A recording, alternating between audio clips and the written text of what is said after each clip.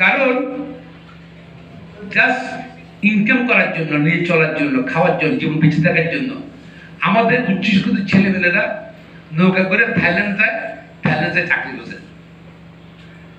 উচ্চশিক্ষিত ছেলেমেয়েরা কিন্তু জানে ভূমিসাগর পার হইতে রিস্ক আছে, জীবনে ঝুঁকি আছে, এবং ইটালি দেবো, এখানে দেবো। সবচেয়ে বেশি বাংলাদেশে কিন্তু নৌকা মাঠ করতেছে, জেলেও যাচ্ছে কিন্তু, কারণ বাংলাদেশের কোনো তাদের জায়গা নাই, তার ইনকাম করার ব্যবস্থা নাই। আমেরিকা ব্রাজিল দিয়ে হেঁটে যেতে 100 কিলো হেঁটে যেতে হয়, অনেকে জঙ্গলে পড়ে যাচ্ছে, জেনে শুনে কিন্তু যাচ্ছে, বিকজ তার কোনো অপশন নাই। এই পৃথিবীর কোন দেশে আছে শুধু বাঙালি পাওয়া যাচ্ছে? ওয়াই?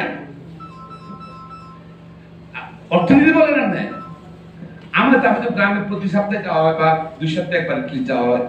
আমার নির্বাচন লাগে, যেখানে চাকরি শুনে আমরা গ্রামীণ অর্থনীতি সরকার কিছু নাই।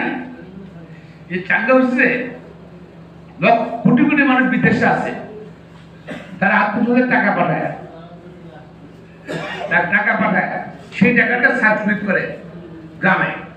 আগে একসময় হাসপাতালে সারা নিশ্চয় মনে আছে, আমাদের মানুষ বিজয় বসে আঙ্গুর ফল কিন্তু ডেজার্ট ফলের পাওয়া যেত হাসপাতালের সামনে, নাকি?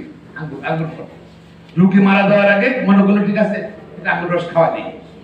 এখন কিন্তু যে কোনো গ্রামের দোকানে কিন্তু আঙ্গুর ফল পাওয়া যায়, কারণ ওই যে আত্মীয় বাইরে থাকে, টাকা পাঠাচ্ছে, মানুষ সার্কুলেট হইতেছে, এই জন্য বিল্ডিং হইতেছে বা ফল কিনে ব্যবসা হইতেছে।